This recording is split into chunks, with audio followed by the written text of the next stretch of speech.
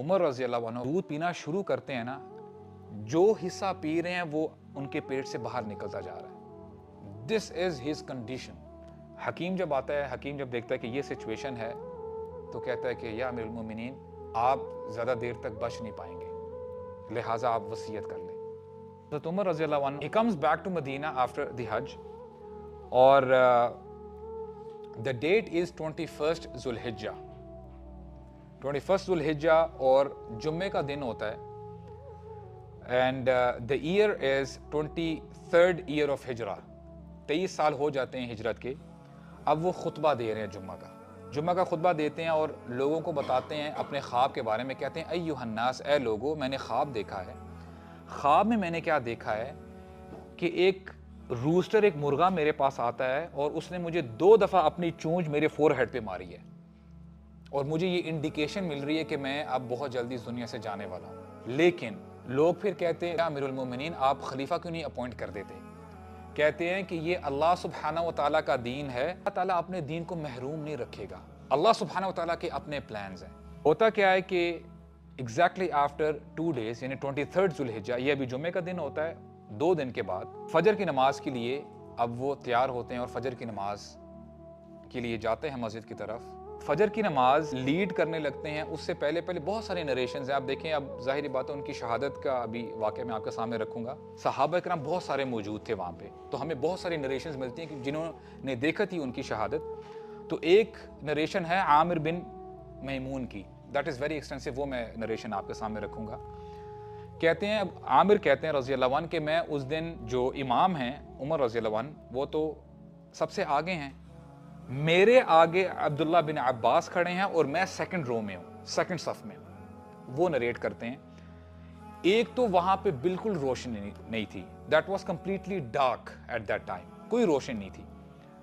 तो अबू लूलू इस मौके का फ़ायदा उठाते हुए मुसलमानों की सफ़ों में आ जाता है, हालांकि वो नॉन मुस्लिम होता है, और उसने बड़ा एक क्लॉक पहना होता है, एक चादर ली होती है अपने ऊपर, और उसने ना एक खंजर डाला होता है अपनी जेब में, अपने यानी साइड में, और ये खंजर उसने स्पेशल बनाया होता है, दोनों साइड से इसको शार्प किया हुआ होता है उसने, और सारी रात इसको यानी पॉइजन लगा के, जहर लगा के, ताकि वार हो और उसी वक्त ही उसका असर हो जाए। तो जैसे ही हज़रत उमर रज़ी अल्लाह अन्हु नमाज पढ़ाना शुरू करते हैं, नमाज पढ़ते हैं, क़ियाम के बाद जब रुकू में जाते हैं, रुकू से खड़े होते हैं, जब सजदे में जाते हैं ना, तो अबू लूलू को मौका मिल जाता है और वो अपना खंजर निकाल के उमर रज़ी अल्लाह अन्हु को स्टैब करना शुरू कर देता है।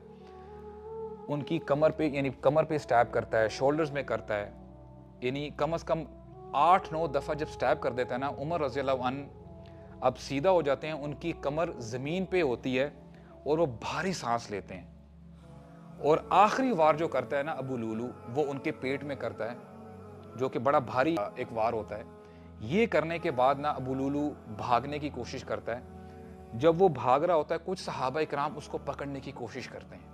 पकड़ते पकड़ते अब करता क्या, उसने तो अपनी जान बचानी है, वो अपना खंजर चलाता रहता है अंधेरे में, जिसकी वजह से 9 सहाबा और शहीद हो जाते हैं। 9 सहाबा शहीद होते हैं और तकरीबन 13 ज़ख्मी हो जाते हैं।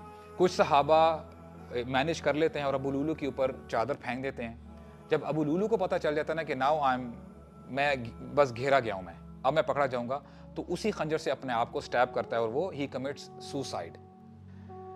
You know what is the first thing Umar रज़ी अल्लाह अन्हु डिड? अब्दुर्रहमान बिन औफ की टांग को पकड़ते हैं और कहते हैं, सल्ली बिन नास या अब्दुर्रहमान, नमाज कंप्लीट करवाओ। इमेजिन कर सकते हैं हाउ पावरफुल इज दैट। यानी इतना बड़ा शौक लगा हो किसी शख्स को, फिर भी उसके जहन में पहली चीज क्या आ रही हो? नमाज। अब्दुर्रहमान, नमाज कंप्लीट करवाओ लोगों की। अब्दुर्रहमान आते हैं, फ्रंट रो पे आते हैं, नमाज पढ़ाना शुरू करवाते हैं, सेकंड रका, और छोटी सूरत पढ़ते हैं, फिर जल्दी अस्सलाम वालेकुम रहमतुल्लाह, अस्सलाम वालेकुम रहमतुल्लाह कह के मस्जिद नबवी में ये हुआ था। सहाबा इकराम शहीद हैं वहाँ पे, their bodies are there, Abu Lulu वहाँ पे है और उमर रज़ी अल्लाह अन्हु वहाँ पे he is lying on the ground. होता क्या है कि एक खलबली सी मच जाती है और सहाबा इकराम देखते हैं कि कौन सा सबसे करीब घर है। अब्दुल्ला बिन उमर जो उनके बेटे होते हैं, उनका घर सबसे करीब होता है। उनको पकड़ के उठा के लेके जाते हैं अब्दुल्ला बिन उमर के घर, उनके बेटे के घर। अब्दुल्ला बड़े जो है गम में हैं, तकलीफ में, कहते हैं या आबाता, ओ अब्बाजान, ए अब्बाजान, आंखें खोलें। उस वक्त तक उमर रज़ियल्लाहु अन्हु होश में नहीं होते, ही इज अनकॉन्शियस। थोड़ी देर के बाद जब होश आता ना उनको, होश आते ही द फर्स्ट थिंग उमर रज़ियल्लाहु अन्हु आस्क्स, पता क्या कहते हैं? असल्लन नास, अब्दुल्ला मुझे बताओ कि लोगों ने नमाज पढ़ ली है फजर की? क्योंकि जब तक मुझे होश था लोग नमाज पढ़ रहे थे, मुझे नहीं पता उसके बाद क्या हुआ। असल्लन नास, क्या लोगों ने नमाज पढ़ ली है? तो अब्दुल्ला जवाब देते हैं, अब्बा जान लोगों ने नमाज पढ़ ली अल्हम्दुलिल्लाह। और फिर कहते हैं, अब्दुल्ला मुझे बिठाओ। उमर रज़ियल्लाहु अन्हु के अलावा कोई शख्स होता ना, उस पर इतनी एनर्जी नहीं होती, वो कब का इस दुनिया से चला गया होता। He was a very strong man. तसव्वुर करें, खून बह रहा है और वो अपने बेटे को कह रहे हैं मुझे बिठाओ, और कहते हैं मेरे लिए पानी लेके आओ। सहाबा किराम समझते हैं कि हो सकता है उनको अभी प्यास लग रही है, भी वो पानी पिएंगे। पानी जैसे ही आता है वुजू करना स्टार्ट कर देते हैं। क्यों? क्योंकि उनको पता होता है मेरी नमाज कंप्लीट नहीं हुई अभी तक। वुजू करते हैं, अपनी नमाज कंप्लीट करते हैं। कंप्लीट करने के बाद फिर पूछते हैं, सहाबा किराम बैठे हैं, पूछते हैं मन क़तलनी, किसने मुझे कत्ल किया है? कहते हैं अल मजूसी, अबू लुलू का नाम लेते हैं। तो उनको पहले ही शक था कि उसी ने किया होगा। और फिर जब कहते हैं कि ब्रिंग मी मिल्क, मैंने दूध पीना है, दूध जब लेके आते हैं प्याले में, जब वो दूध पीना शुरू करते हैं ना, जो हिस्सा पी रहे हैं वो उनके पेट से बाहर निकलता जा रहा है। This is his condition. तो जब ये हालत सहाबा किराम देखते हैं ना, तो कहते हैं कि किसी तबीब को बुलाओ, हकीम को बुलाओ कि इसको मैनेज तो करें।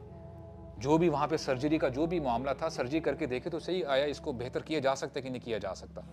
हकीम जब आता है, हकीम जब देखता है कि ये सिचुएशन है, तो कहता है कि या अमीरुल मोमिनीन, आप ज़्यादा देर तक बच नहीं पाएंगे, लिहाजा आप वसीयत कर लें।